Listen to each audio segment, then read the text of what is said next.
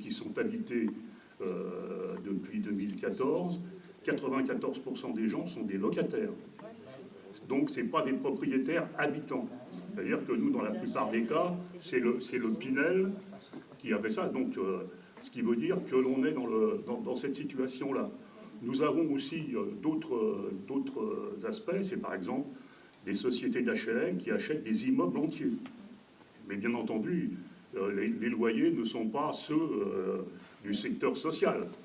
Ce qui veut dire aussi, la chose sur laquelle il faut que nous soyons attentifs, ça veut dire que très rapidement, nous allons voir sur les boîtes aux lettres des noms de familles, de plusieurs familles habitant un même appartement. Parce que les loyers, d'un F3, d'un F4, se tournent autour de 700 € ou 750 €. Donc, ce qui, étant donné la crise du logement qu'il y a à Drancy comme au Blanc-Ménil, ça permet, et comme les règles ne sont pas les mêmes que dans les HLM, ça permet de faire venir deux familles dans un même logement. Donc, en mettant en ligne de mire ce qu'on appelle le logement intermédiaire.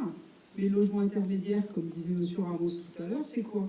C'est essentiellement des gens qui investissent dans des projets immobiliers qui vont leur donner qui sont des niches fiscales dans lesquelles ils investissent et ils vont mettre dedans des locataires. Sauf que c'est pas pour loger correctement les gens en fonction des moyens qu'ils ont.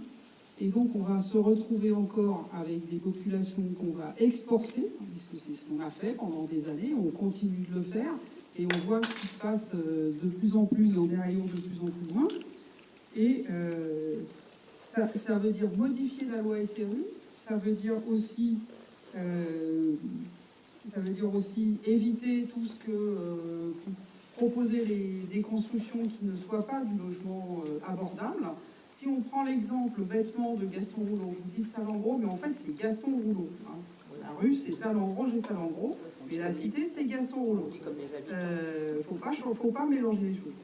Et Gaston Rouleau, c'était un maire de Drancy qui a participé à la reconstruction de Drancy après-guerre et à l'existence des différentes cités HLM.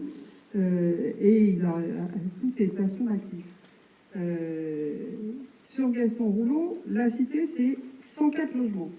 104 logements sociaux, anciens certes, puisqu'ils ont été livrés en 59, et les derniers en 60, donc c'est quand même assez ancien.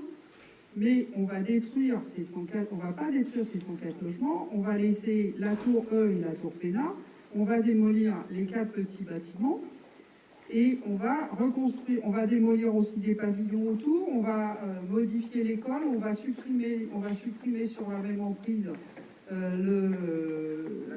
le gymnase qui est là, la crèche départementale qui, elle, va déménager de l'autre côté de la rue Roger Salengro, et à cet endroit-là, on va construire plus de 600 logements. On sait tous, on la connaît, cette cité.